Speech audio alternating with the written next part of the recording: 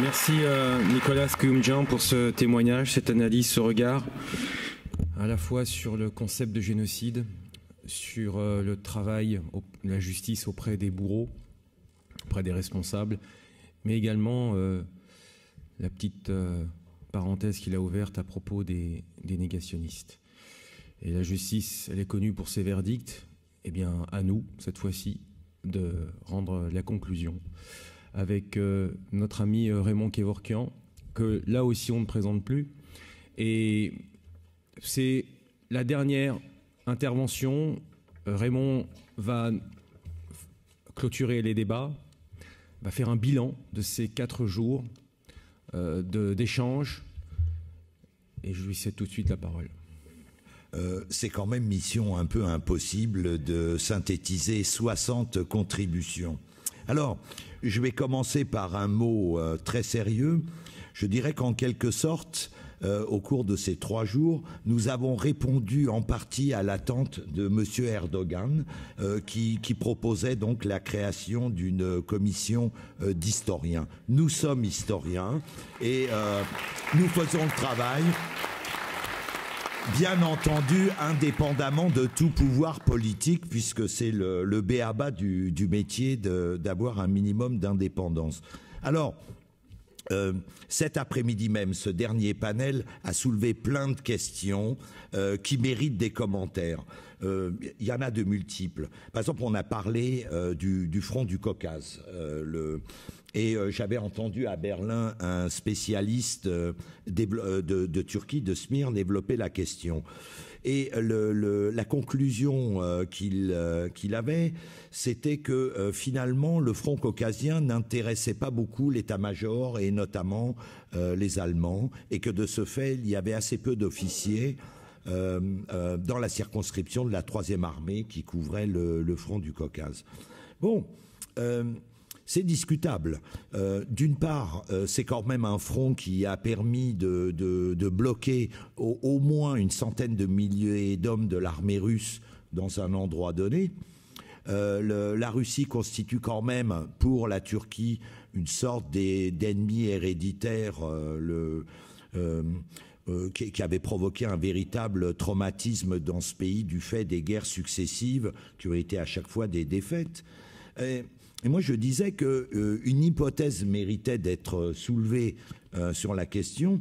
Il faut se demander pourquoi il n'y avait pratiquement pas d'officiers allemands sur ce front, alors qu'il y en avait énormément sur le front de Palestine.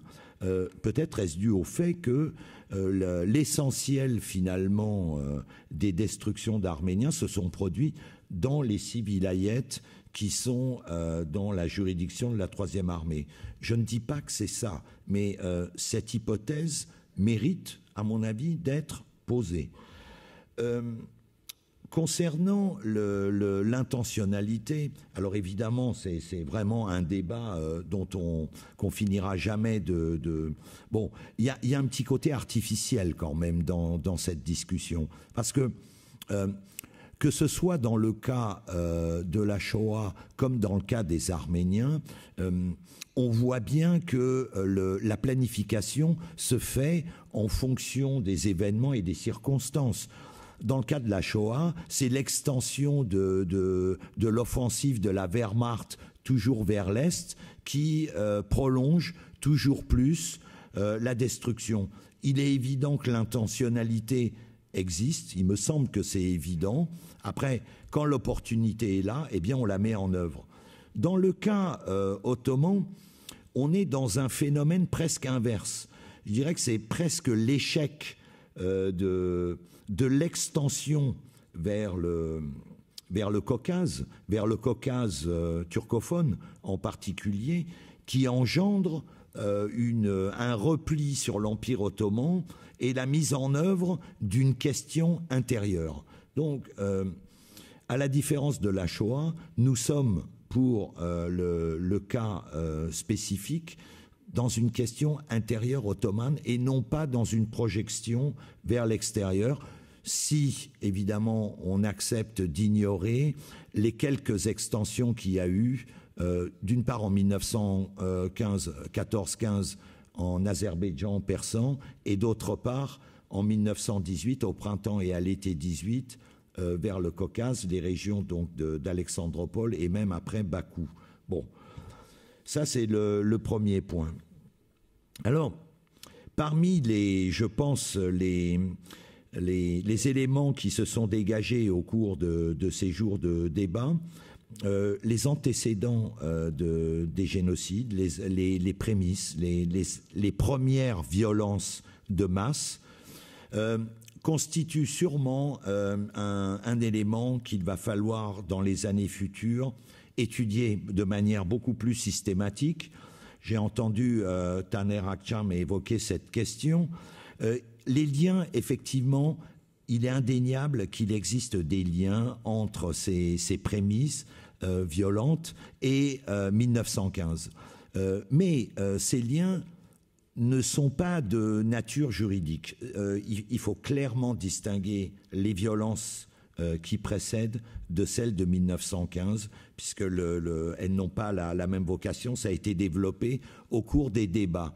Le lien, il est plutôt dans le registre de la transformation démographique de ces régions, de l'affaiblissement de groupes non turcs dans ces régions, à travers notamment la prédation, à travers la question qu'on appelle agraire, mais qui est en fait plutôt foncière, la question foncière, c'est-à-dire la propriété de la terre, qui est remise en cause, et en particulier par l'installation de migrants depuis les années 1860-1870, originaires soit du Caucase et après plus tard des Balkans.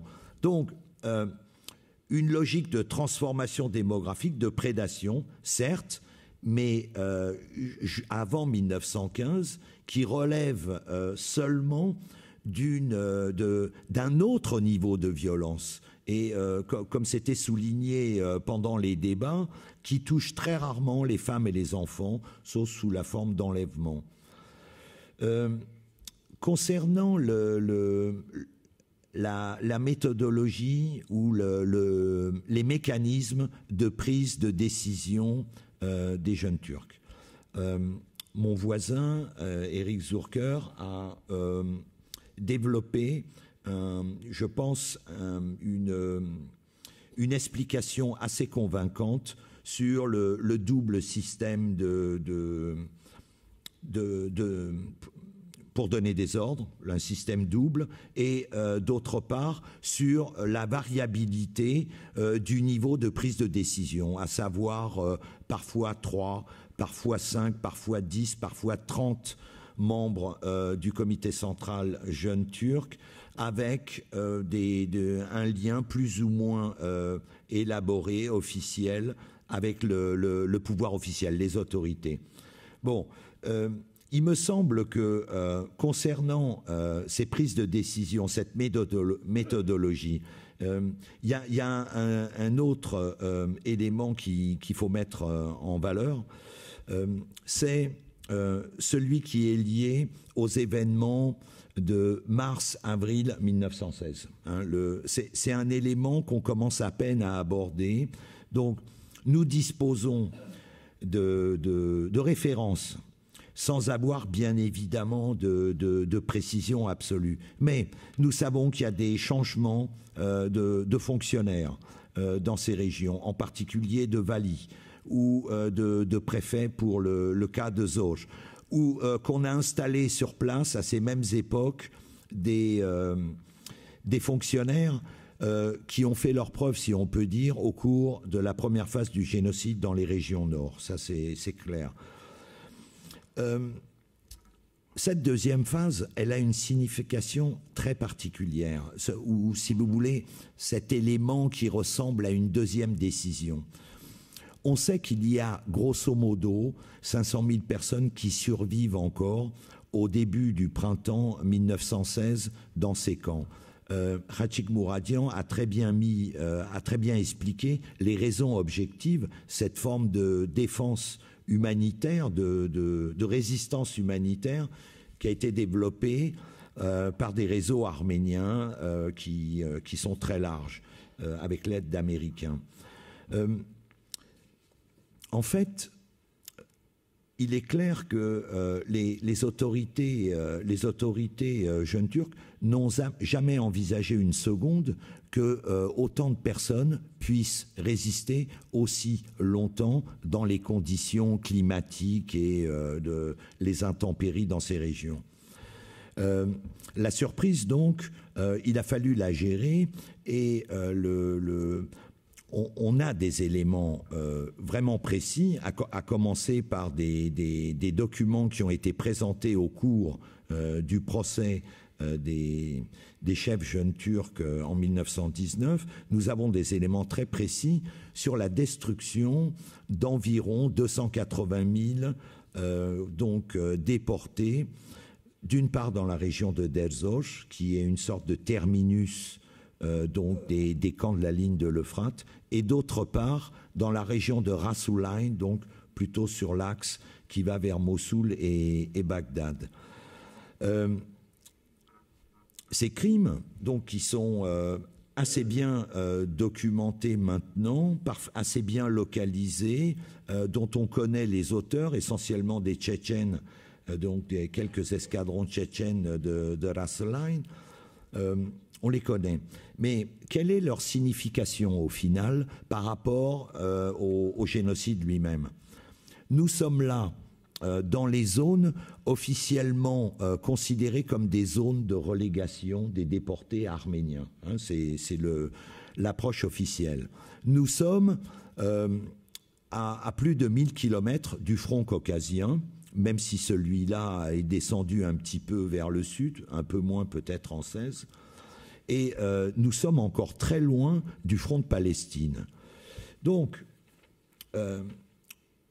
il me semble que les crimes commis dans les déserts de Syrie et de Mésopotamie, dans ces camps, sont peut-être l'élément le plus révélateur de la volonté de destruction du régime jeune turc. Ça, je voudrais insister un petit peu sur ce point. Alors, nous avons traité aussi, au cours du colloque, de la dimension économique, où nous en sommes véritablement au b.a.-ba. Hein, il y a les travaux qui sont menés, plutôt de micro-histoire sur Diyarbakir, sur Ain Tab, mais on est loin d'avoir documenté sérieusement la question. Pour la dimension juridique, les procès des jeunes Turcs sont maintenant, je pense, assez bien documentés. Les derniers travaux de Taner et de Vaken d'Adorian nous ont apporté vraiment des éléments déterminants. Concernant les conséquences du génocide, bon, je cherchais un mot pour résumer les questions de mémoire, les questions même de pédagogiques concernant les justes ou les sauveteurs. Est-ce que finalement, j'ai moi-même travaillé un petit peu sur cette question, mais je me suis posé la question, est-ce que je fais un travail d'histoire ou un travail de pédagogue en travaillant sur ces questions? Bon, on fait clairement un travail de pédagogue. Ça ne revêt pas un intérêt fondamental pour l'histoire du génocide, mais ça revêt un intérêt important pour le pays qui a donné naissance à ces groupes de justes, qui a parfois sacrifié sa vie pour garder une éthique personnelle. C'est remarquable. C'est une manière aussi de donner à la Turquie contemporaine des modèles humains de qualité pour contrebalancer effectivement la glorification, par exemple, de Talat ou d'Enver sur la colline de la Liberté à Istanbul.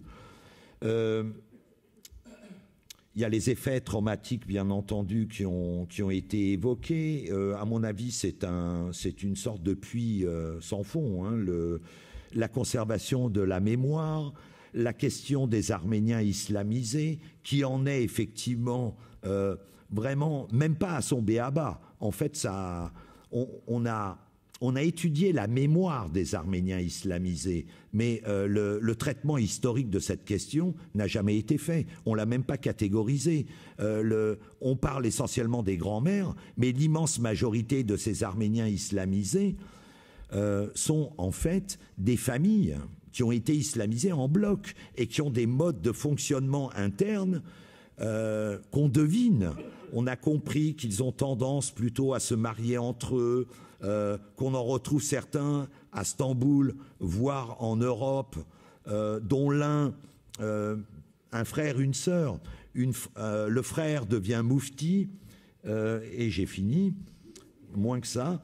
Le frère devient moufti et sa sœur va se convertir au christianisme, au patriarcat arménien, et va épouser un Arménien. Vous voyez, des parcours différents. En règle générale, ces gens se côtoient assez régulièrement au cours des mariages et des enterrements. Là, ça fait que ce soit à la mosquée ou à l'église.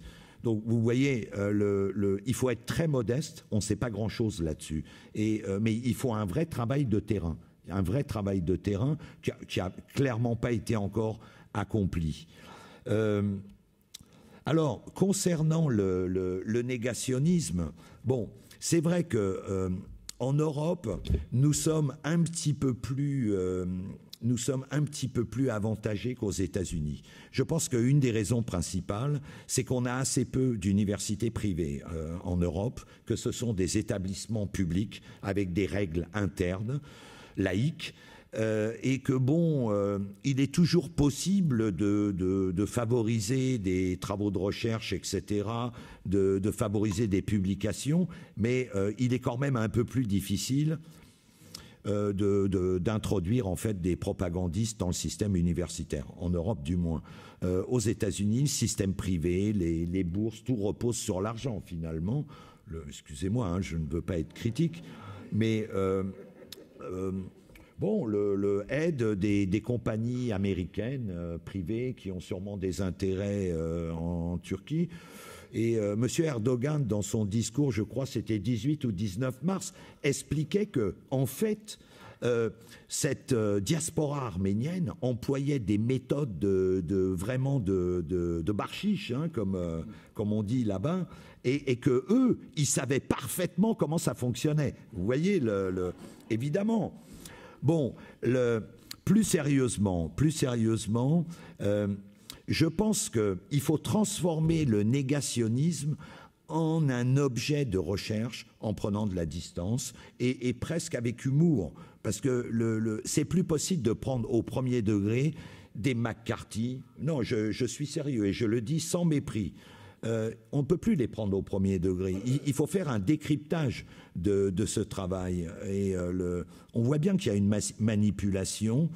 Et je ne sais pas. Je pense que c'est plutôt un objet d'étude qu'il faut envisager. Alors, le point final, et là j'en reviens vraiment au sujet très intéressant développé par Nicolas, c'est le Cambodge.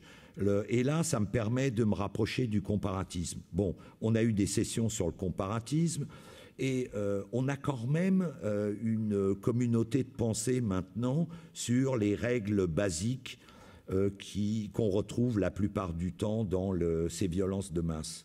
Le contexte de guerre, le parti totalitaire. À mon avis, dans un des éléments qu'on peut introduire, c'est peut-être les antécédents qui préparent en fait peut-être les opinions publiques à la légitimation de la violence, même si elle est d'une autre nature après. Mais le Cambodge, je vous avoue que pour moi c'est une grande découverte. Là, j'avais lu quelques travaux, mais en particulier les musulmans Chan. Si j'ai bien compris, c'est 36% des victimes ou 36% de la population locale. La traduction n'était pas précise à ce sujet. Voilà. Ok. Bon. That's correct. Oui. Oui.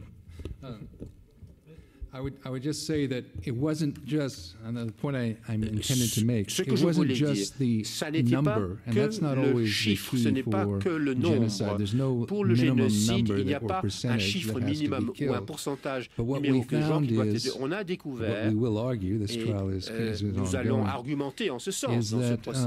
they were told you cannot On leur a dit, practice your religion. You vous ne cannot pouvez pas, speak your vous ne language. pouvez pas pratiquer votre They religion, vous ne weren't pouvez pas discouraged parler from wearing votre their own langue. dress. On vous décourage de Those porter that vos habits nationaux. insisted on maintaining Et their ceux identity qui voulaient were conserver killed. leur identité And villages ont where they été were tués. concentrated Et were les targeted. villages où ils ont été So concentrés again, ont été la the intent cible was to d'attaques. destroy a Donc substantial enough l'intention part of the group était de that the détruire group would une lose its part identity, would no suffisamment longer exist. substantielle du groupe qui ne voulait Oui, pas perdre son identité. Pourquoi je disais ça En fait, le Cambodge, au moins par ces deux exemples concrets, entre au moins partiellement dans les modèles qui sont à peu près validés pour les Tutsis, les Juifs et les Arméniens, de ce point de vue-là. Parce que jusqu'à présent, moi j'avais un mal fou, on parlait de génocide social, de porteurs de lunettes, etc. Là, on a un début de clarification quand même, et qui nous rapproche des modèles qui nous sont familiers. Bon, on va sûrement avoir d'autres découvertes. Et j'ai fini. Le dernier point, il concerne bien entendu le kémalisme, la période kémaliste, fort bien connue de mon voisin. Là, l'historiographie turque, comme vous l'avez fort bien montré, est encore à l'âge de pierre. On sait peu de choses, par exemple, sur le retour des rescapés arméniens.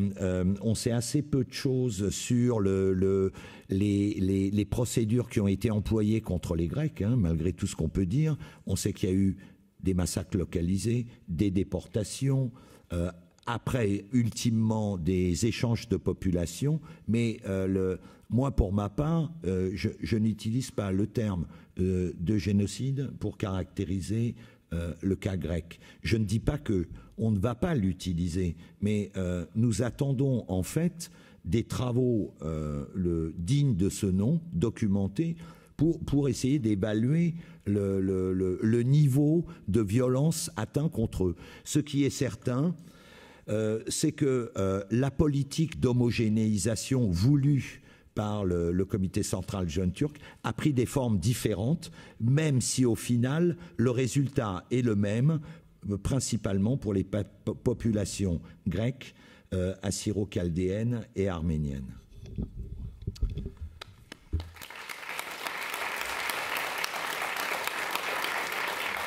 Alors, comme le veut la tradition, une conférence de clôture se clôt sans débat, sans question. Et donc, je vais finir par quelques petits mots. Le programme autour du centenaire du génocide des Arméniens se poursuit. Le Conseil scientifique international va également poursuivre ses activités durant toute l'année, voire au-delà. Donc, nous avons tous vos mails. Nous allons sûrement vous solliciter pour d'autres conférences durant l'année. Permettez-moi de finir par quelques remerciements. Au nom du CSI, donc, il faut remercier tous les traducteurs. Ils sont 2. J'ai dit tout parce qu'ils ont fait un travail énorme à 2.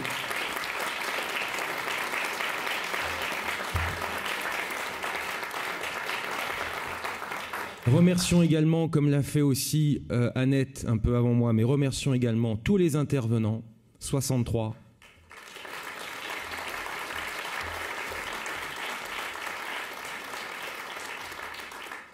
Merci aussi à nos partenaires institutionnels et non, et en particulier donc la mission 2015 du Conseil de coordination des organisations arméniennes de France, le CCAF, et ses 2 coprésidents. Remercions-les pour leur soutien. Remercions aussi l'omniprésent Harut Mardi-Rossian, toujours présent, toujours à être sollicité, lui et son staff pour la logistique de ces 4 jours. Et merci aussi à vous, auditeurs, pour votre fidélité, votre présence. Et donc, au nom du CSI, permettez-moi de déclarer clos le colloque sur le génocide des Arméniens de l'Empire ottoman dans la Grande Guerre, 100 ans de recherche. Merci encore.